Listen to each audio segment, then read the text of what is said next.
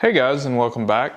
One question I get asked pretty often by a lot of you guys is, how do you go about putting a bike back together like this that was completely in boxes and parts, not put together, just basically everything was scattered out. This bike was actually two bikes. One that had been crashed pretty bad, then one that had a bad engine, but both had not been taken care of at all. So most of the parts were just everywhere. So the first thing I do is I kind of mock the bike up and I start. Basically what that means is I build the bike completely almost all the way through, but not for the final time. Basically it's just an initial build. So you can see here some of the issues already that we may have. Right down here, obviously the pegs were spray painted or something, so those are going to need to be refinished. The main thing I'm doing here also is looking for bolts that are missing. Like I'm looking at this guard, there's a bolt missing there. I'm missing this bracket right here that holds the exhaust to the subframe as well as the correct subframe bolt. So basically I'm just using whichever bolts I can find to mock this up. Not for the final time, of course. Like I said, there's nuts and bolts missing everywhere. But I do make sure the bike will run. I'll usually put enough together to give it a little ride around the neighborhood to make sure I'm not going to have any transmission issues or anything like that may come up. Like this kickstand's too short. So once I get done with this stage of the bike where it's kind of working, I can use it, or at least ride it around the neighborhood, I'm going to start taking it back together, or taking it back apart rather, sorry. And as I take it apart, I'm going to go through and catalog everything I need. So for example, there's no mirrors on it right now, so it needs 2 new mirrors because the ones it had look awful and I'm not going to reuse those. Mirror or windshield and mirror bolts. So basically, that's the idea. I go through and find all the parts I need so I can list them out as I take it apart. That way I can order them, and when I'm putting it together the final time, I have everything so I don't have to stop and wait so much. I can do that before when I'm still prepping other things like refinishing these rear sets that I talked about. But anyway, I just wanted to give you guys kind of a look at how I build these bikes. If you had any more questions, feel free to ask. Hey guys, welcome back. In this video we're going to be reinstalling some of the bearings and the wheels here, hopefully, and the seals. So go ahead and get started with that. First thing I did was put my bearings in the fridge, or freezer rather, overnight. That helps shrink them down and makes it a whole lot easier to fit. I've got my brass hammer here, so I'm going to start tapping it in, hopefully. Okay, I think I've got it started there pretty straight. So then I'm going to get my seal driver here.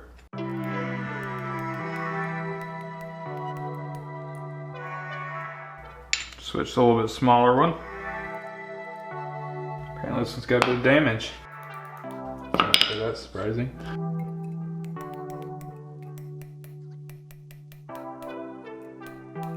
You can kind of hear it when it gets to the bottom. And then just go ahead and put the seal in. That's a whole lot easier.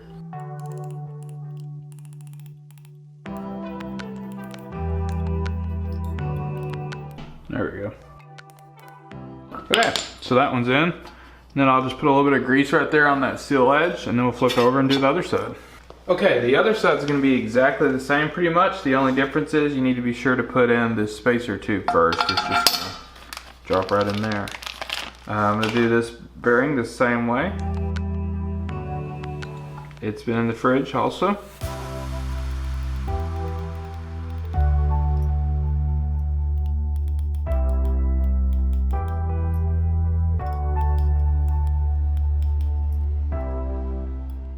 Alright, just like that.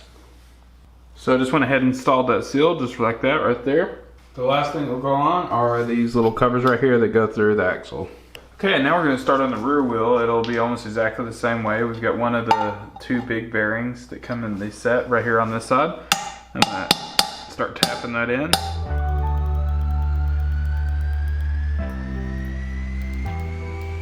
There it is. Then there's going to be a circlip that goes right here.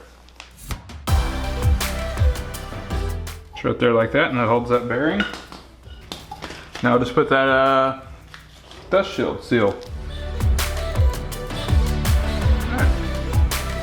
Now it's installed, and I'll flip it over to the other side.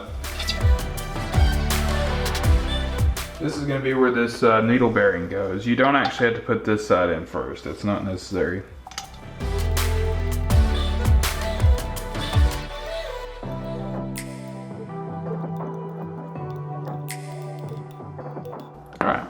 So that's in. It's actually all there is to this part. Okay, so the last bearing to go in is going to be the one that goes into this piece right here. This is the hub drive for the bike. So I'm going to go ahead and put that right there. It's going to be just like with the wheel.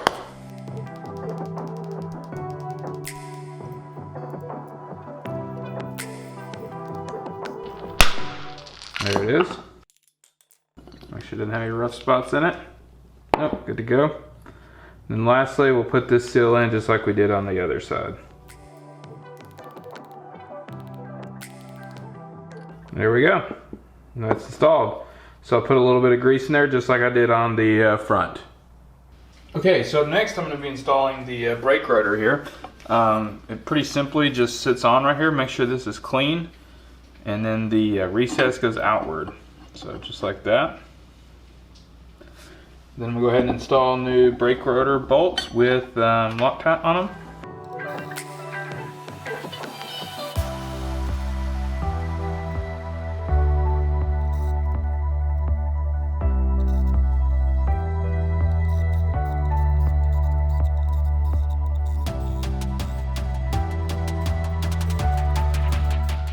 Okay, these are going to be torqued down to 30 Newton meters.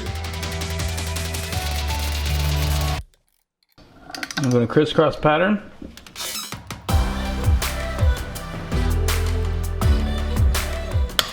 Okay, the brake rotor's installed. Okay, so next I'm going to reinstall the clutch drive and the spacers. So the first thing to go in is going to be the spacer tube here, which just kind of drops right down in there. Not much to that. Then I got a new inner bearing here. It goes right there. Just like that. And then these, pretty simply, just sit right down in there like that. Not a lot to those.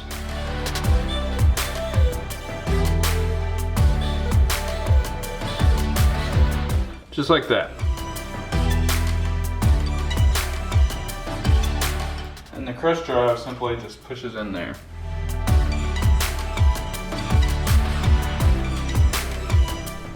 Just like that. Okay.